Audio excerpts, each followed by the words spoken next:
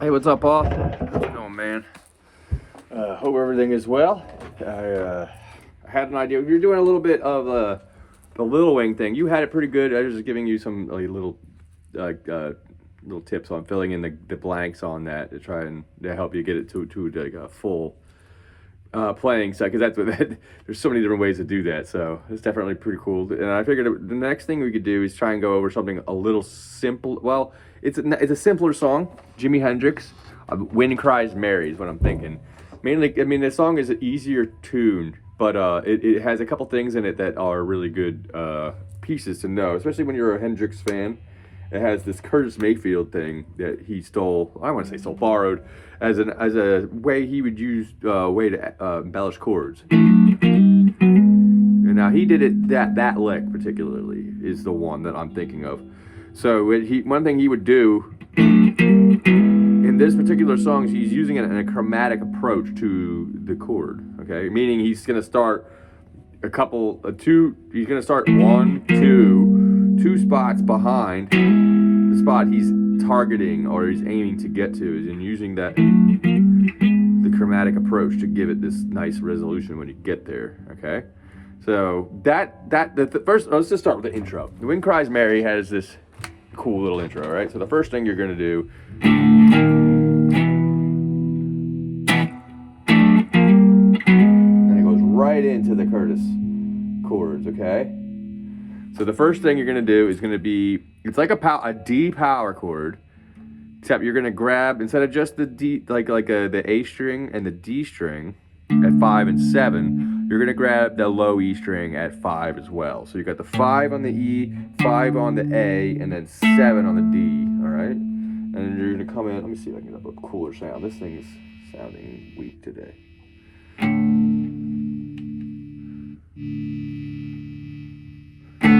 There you go.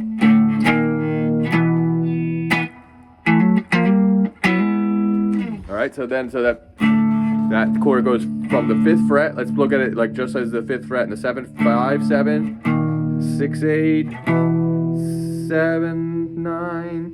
All right, and then the next thing is going to happen is it's going to be a bar chord.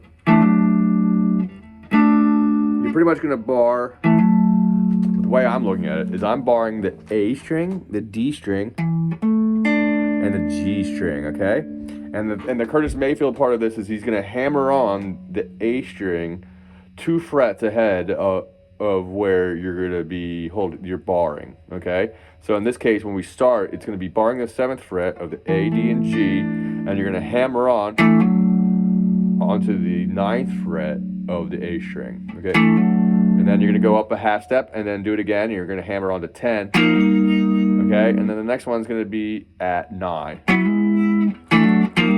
All right, it's almost like a flam. It's like a bop bop bop bop. A flam is on a drum is a way is instead of 2 unisons, you have a slight lag on one of the sticks. Okay, so you get a blah blah. All right, it's kind of similar in the way you want to approach hitting this chord. You want to flam. You can almost look at it maybe also instead of a flam, maybe just a late hammer on. You know, I look at it as a flam because I was a drummer previously before I was really a guitar player. So I look at these as kind of like that kind of a rhythm thing. All right, so 2, 3 from 5 to 7 from the pointer finger. All right, so this thing. So you're gonna do that. You're gonna play the A, D, and G, hammer on the A. All right, so that's the intro. That's probably one of the coolest bits of the whole song. I mean, there's lots of little isms he adds and embellishments, but that lick, okay? So after doing it a couple times, I'm gonna think probably like 2. He comes into the song with the lick over the E major pentatonic scale. It's kind of where he bases a lot of his licks over the E chord.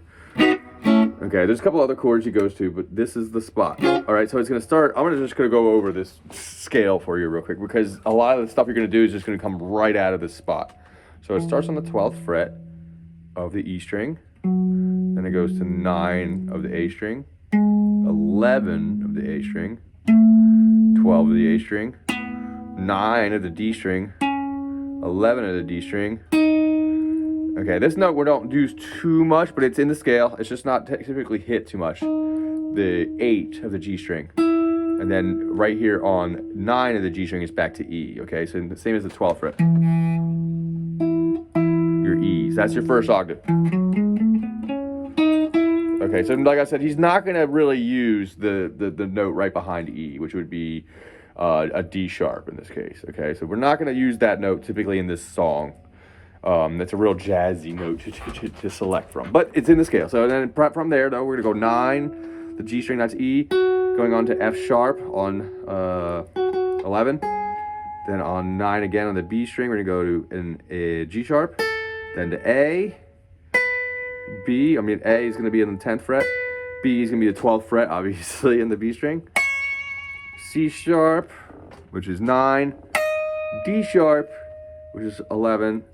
And 12, which is back to E again, okay? So really, he kind of looks at it as the pentatonic way. So you could look at it like this, but there's a couple notes that he adds. He adds this one. He adds this 12th fret one. So really, you could look at it like a pentatonic scale, like a minor one. But it would be like a C minor pentatonic and the E major pentatonic pattern inside between the 9th and 12th frets. All right, so what happens is that intro spot brings you right into that spot, all right? Now we're on that scale, and that's the lick that leads you in. So 9 on the D string, 11 on the D string, to 9 on the G string, 11 on the G string, back to 9 on the G string, to 11 on the D string, down to 9 on the D string, which is actually a B. And that's the first chord, okay? The first chord you're gonna go to after E. So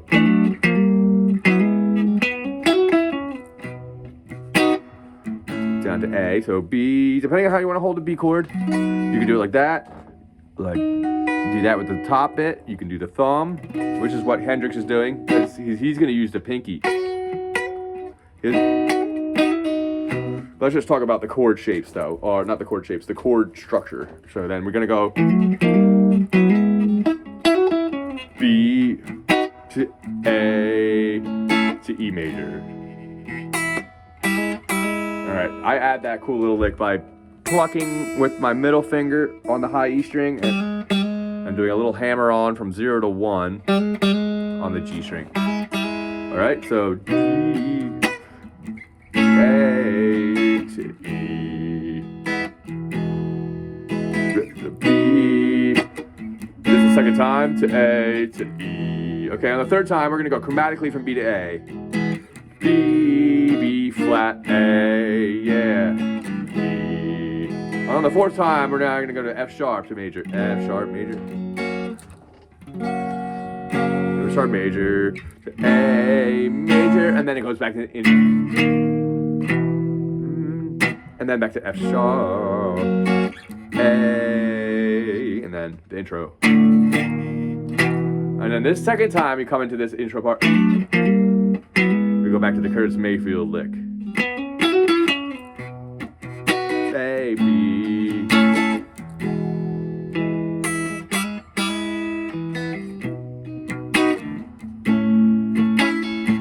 There's a little embellishment with the pinky. Now, the third time you go chromatically, B, B flat, A, E, and then F sharp, E, A, B, okay? And then A. You can play your F and sharps and A's wherever you want. I'm gonna do it where I'm gonna do it. I'm just gonna tell you what to try, you know? Okay, now that's pretty much the structure. Now, if we go into this, I can go into the solo a little bit more, and it gets. I mean, he doesn't. I just want to talk about the chord embellishments before we do that, though. So B, he's thumbing it. Jimi Hendrix is playing it like this, all right, and this is why I do it, because of this particular reason. I think I might have told you this, is that you got the pinky free now for. So, okay.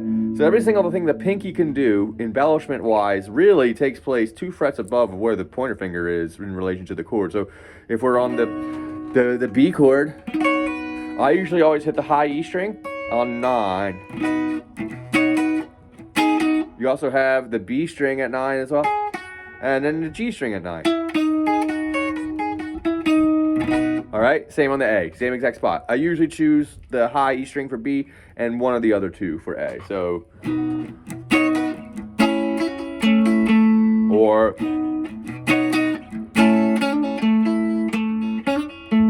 I'm adding a triplet. You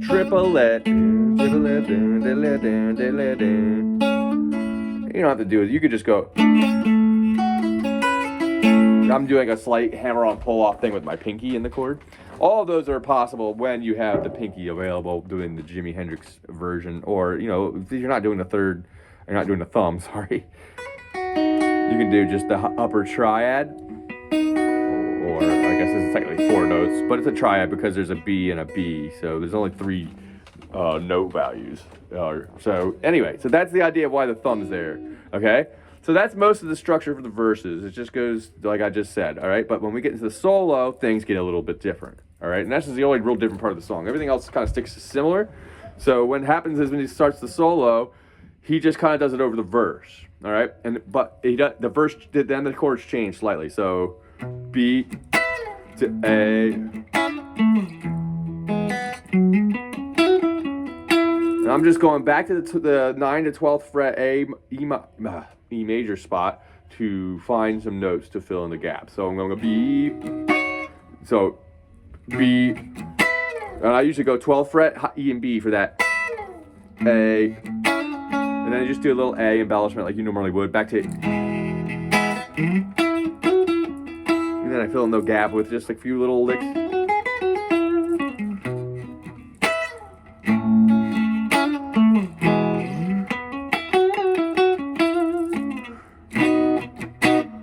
Third time it goes down.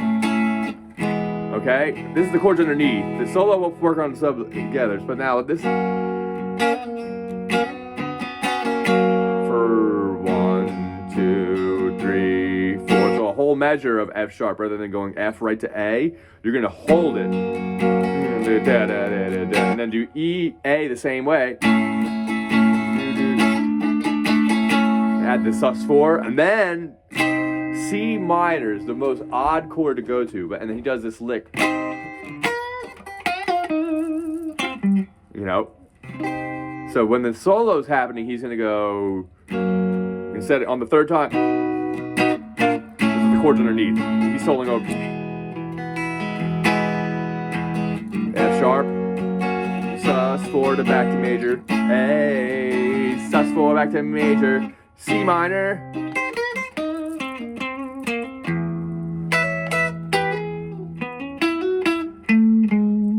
Okay, and that lick kind of all on the 12th fret.